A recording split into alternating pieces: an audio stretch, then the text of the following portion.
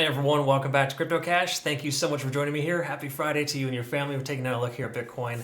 I want to see what's going to happen next. Obviously, that's kind of the anticipation, and truly just kind of see how this weekend might shape up. It does look fairly bullish in the overall sense of things. We are still doing fairly well in this range, but we keep testing the upper range, and oftentimes, the more often you test a resistance level, the more likely it is to break. So we are actually pushing fairly hard here today, and wouldn't be surprised if we see a breakout to the upside. How long will that sustain? We probably have some resistance in the 30,000 range. Of course, we can talk about that later. But for now, what we want to look at is a few key factors on high block capital here. Some stuff on the back end I think is important. And then also, of course, kind of highlight some positive here too with some of our community members. Kind of just acknowledge that, because sometimes gains can be few and far between. Sometimes you get less of them at certain times, other times more.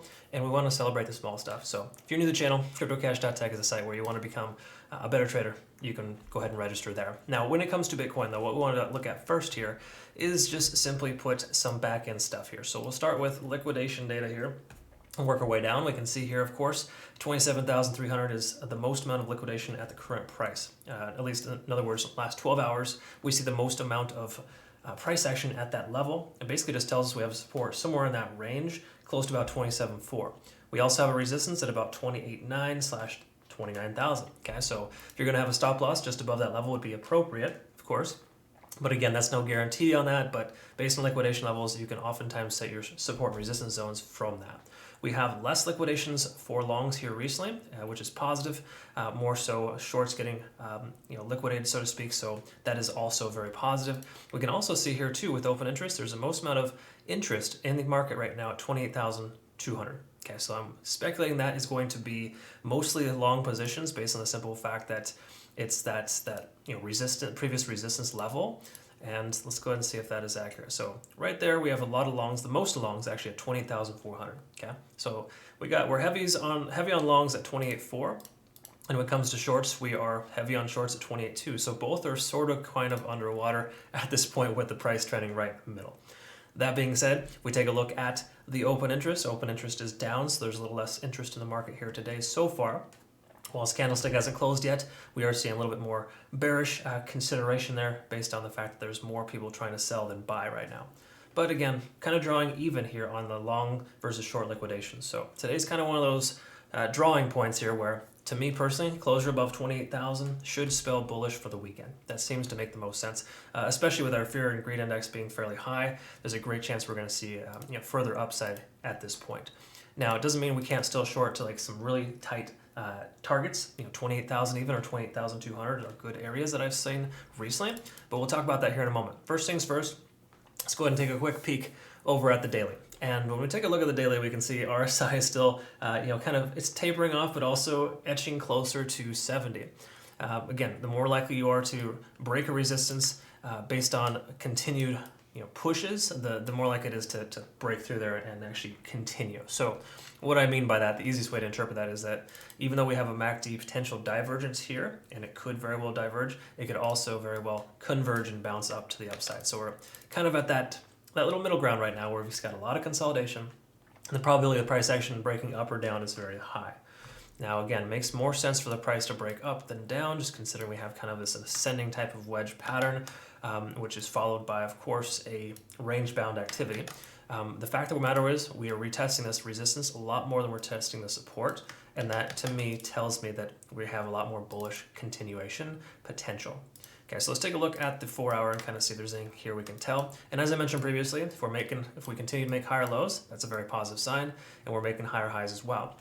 So hypothetically, this next increase should be somewhere in the 29,000 range, right? That's hypothetically at least what we need to see happen in order for that to continue higher, right? So generally speaking, though, this is very positive. While some of the market data has been pretty inconsistent, where we're making lower lows, lower highs, and we switch to higher highs and higher lows, I think it's fairly consistent in the sense that we are retesting this level. We're a little bit higher now than we were previously, and the more likely we are to break to the upside. Just kind of feels more bullish than bearish in the overall sense of things. We've also got a potential convergence on the horizon here with the MACD. You can kind of see that there. And also we're above 50 in the RSI. So I would say mostly positive on every single aspect of the time frame. So in truth, I think there's more potential for the price action to run a little bit higher. We came up to a 9 here previously, got rejected, came down to a 6, and now we're kind of bouncing. Okay, but we did bounce off this Fibonacci retracement level at 27.7 and essentially established ourselves as this support here at 28,000 even. Okay, so again, at least when you look on the daily closure, that's what it tells us. So those are all positive signs.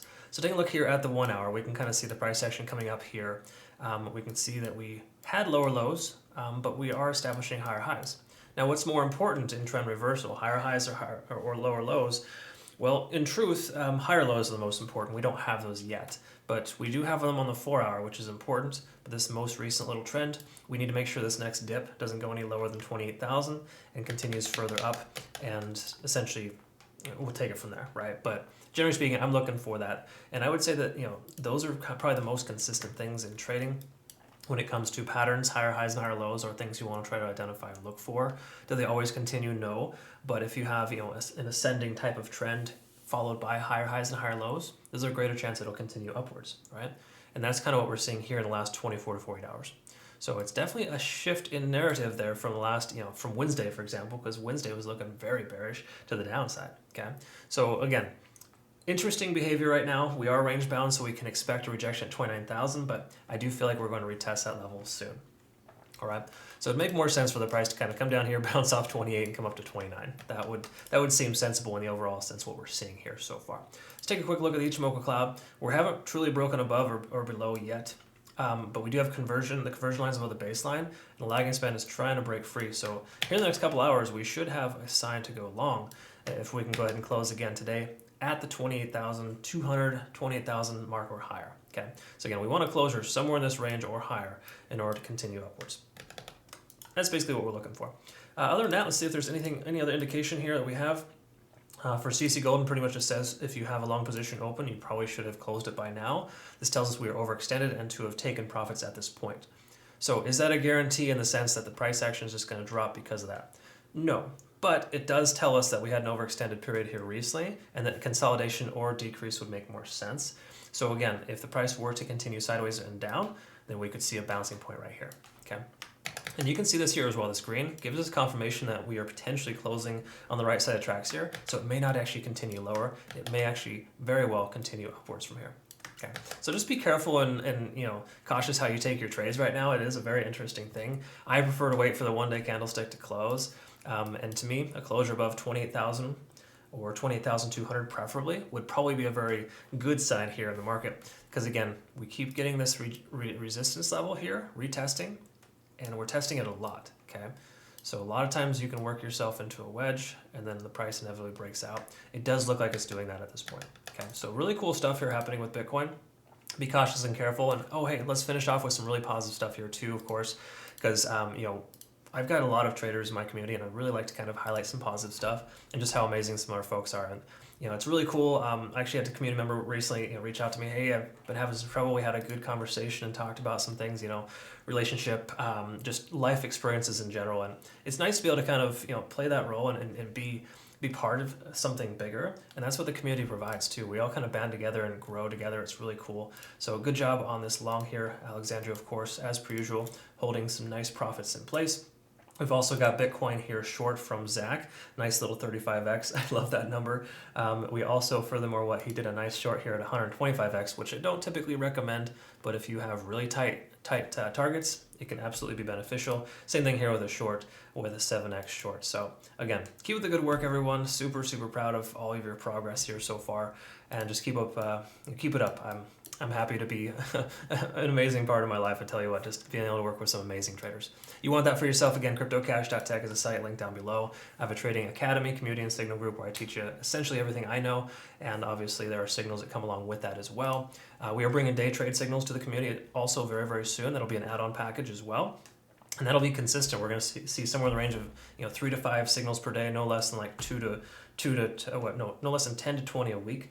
And it's really going to be a good opportunity for us to kind of have some more fun with it, because swing trades can be a little boring sometimes. You got to wait a long time to be able to get some of those results. And I prefer to have a little bit more instant gratification for my members just to ensure that you have a good experience. So obviously we're working hard to bring that. And very last thing, of course, you want that new CC Golden Indicator. It is available on the homepage there. Current community members do receive a discount.